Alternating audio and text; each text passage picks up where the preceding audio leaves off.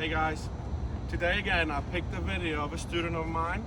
As you saw in the video, there are two things I want to point out a lot of junior players do, and that player is young. So young players try to think that they get the power from going too far around here.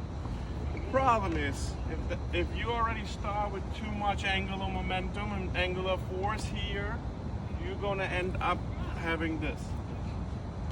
All right, so that's one thing, and that's the cause, one of the cause of having the right arm tucked in and keeping it in here. So now, how to fix it? All right, as I said, there are two things that need to be fixed. The first one I will address is how to stop this. So I always tell my players, I put them on any line, and I tell them this line is kind of the power line where they get the power from. So instead of trying to pull from here, they have to stay when they turn on this line with the racket, imaginary. So they can go high, I don't care, they can have this loop here, but they have to stay on the line. They cannot get the power from here. So they learn how to hit from here. The other thing is, what you can do with that as well is to tell the player, hey, position yourself like you would have hit a two-hand, and I'll take your right hand away. So what are you going to hit now?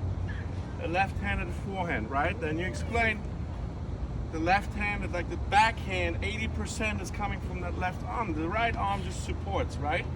So getting the understanding that the right hand supports is going to help the player a lot too.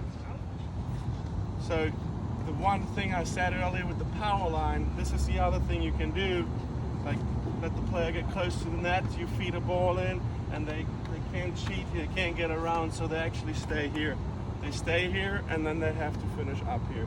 So here, the racket head is always above the wrist. They wait, time the ball right, drop it, and up.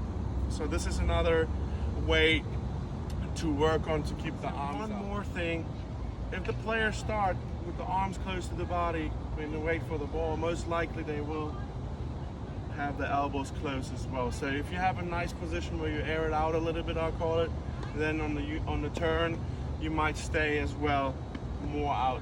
So that's another thing, you know, when you see a player going too close, let them start a little bit more and show them that they rotate the upper body against the lower body and that the arms stay out while they rotate. So that's going to help. So the other thing is, as you saw, when his arm was tugged in, he let go of his right hand. That's the only chance that the racket can go as well like this. So if you tell a player to squeeze, if you squeeze a little bit more, it's going to hurt a little bit more to let go here. So that's another thing, you know, you can try, or I try with him, that he's not doing it.